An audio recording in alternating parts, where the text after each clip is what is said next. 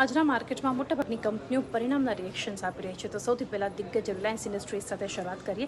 બધા ફ્રન્ટ પર સારા નંબર્સ છે. તો કન્સોલિડેટેડ નફો અને આવકમાં વધારો છે, તો સ્ટોકમાં પણ એક ઉછાળો છે. ઇન્ફોસિસ પરિણામ સારા, પરંતુ મેનેજમેન્ટની ગ્રોથને લઈને કમેન્ટ્રી ખરાબ છે, તો અહીંયા સ્ટોકમાં મજબૂતી નથી, દબાણ છે. એક્સિસ બેંક પરિણામ સારા નથી બધા ફ્રન્ટ પર, એટલે સ્ટોકમાં દબાણ સાથે ટ્રેડ થઈ રહ્યું છે. અને ઓવરઓલ પ્રાઇવેટ બેંક્સમાં પણ એનું એક પ્રેશર છે. હટસન એગ્રો પ્રોડક્ટ અહીંયા નેગેટિવ એક્શન છે, કારણ કે માર્જિન્સમાં એક શાર્પ ડિક્લાઇન જોઈ રહ્યા છે, એટલા માટે સ્ટોક ઘટી રહ્યો છે. મેટ્રો બ્રાન્ડ્સ વેચવાલી થઈ રહી છે, પરિણામ ખરાબ છે Q3માં, એટલા માટે કંપનીમાં આજે દબાણ છે.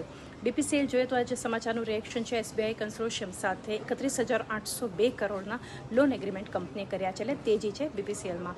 આજે સેક્ટરની વાત કરીએ તો મેટલ મજબૂતી સાથે ટ્રેડ થઈ રહ્યો છે, પરંતુ એક્સિસ બેંકના ખરાબ નંબર્સ એટલે પ્રાઇવેટ બેંક્સમાં પ્રેશર છે. ઇન્ફોસિસના ખરાબ નંબર્સ એટલે ITમાં દબાણ છે. તો આ બધા સ્ટોક્સ અને સેક્ટર્સ આજે ફોકસમાં છે.